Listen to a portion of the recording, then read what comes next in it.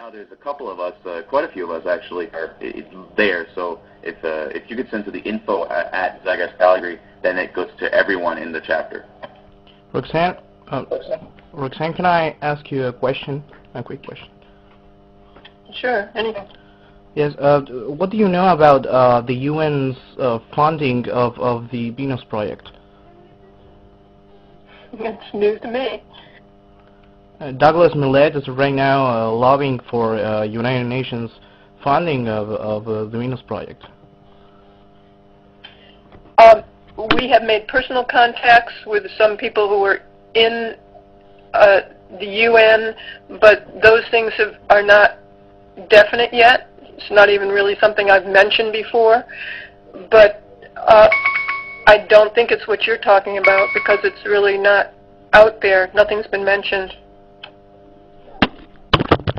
But Jack knew all those people on the UN back in the 60s, or not?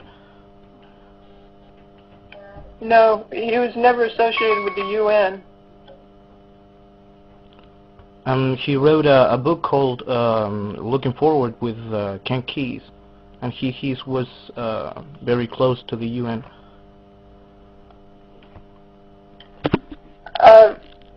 For the 35 years that I've been with him, he's never talked about any association with the UN. I've never heard of Ken being associated with the UN. He may have, but not that I know of.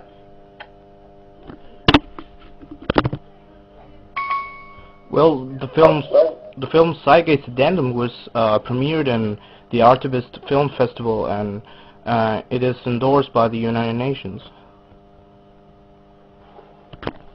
We were at the film festival with the opening of Zygotes Addendum. I really don't know if they're endorsed by the UN. They may be, but we have no affiliation with the UN. We have never, Jacques has never addressed the UN, and we don't have any contact with them. We have made personal contacts with some people who are in the UN.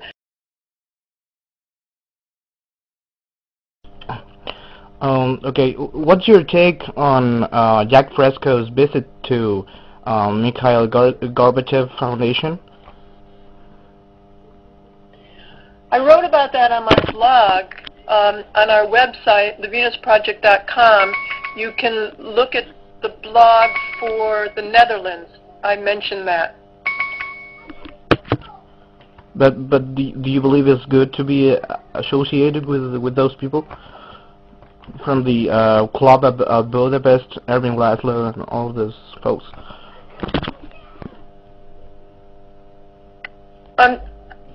You know, I can't. Any way that we can get the word out, anybody who's interested in this direction, we spent time with Laszlo. He didn't seem to have much interest, didn't seem to have much inquiry, so I don't know what to say about that. If he was interested, we didn't hear about it. But, you know, I think it's good to be able to talk to anybody about it.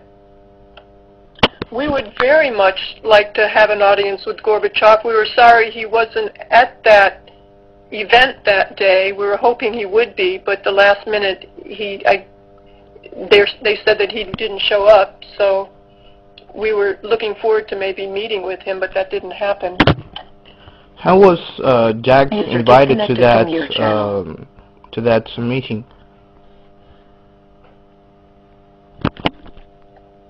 We had the lecture in the Netherlands, in Eindhoven, and it was the weekend of the 10th anniversary of the Charter from the UN, the Earth Charter, and Jacques spoke at a business, I guess kind of a gathering from the Charter in Eindhoven as well, and Laszlo was a speaker there too.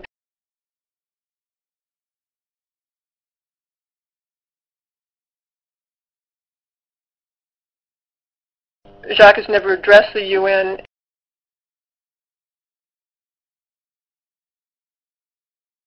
And the people who spoke at that event were invited to the dinner and the day-long event in the palace, in the Queen's Palace, for the Earth Charter.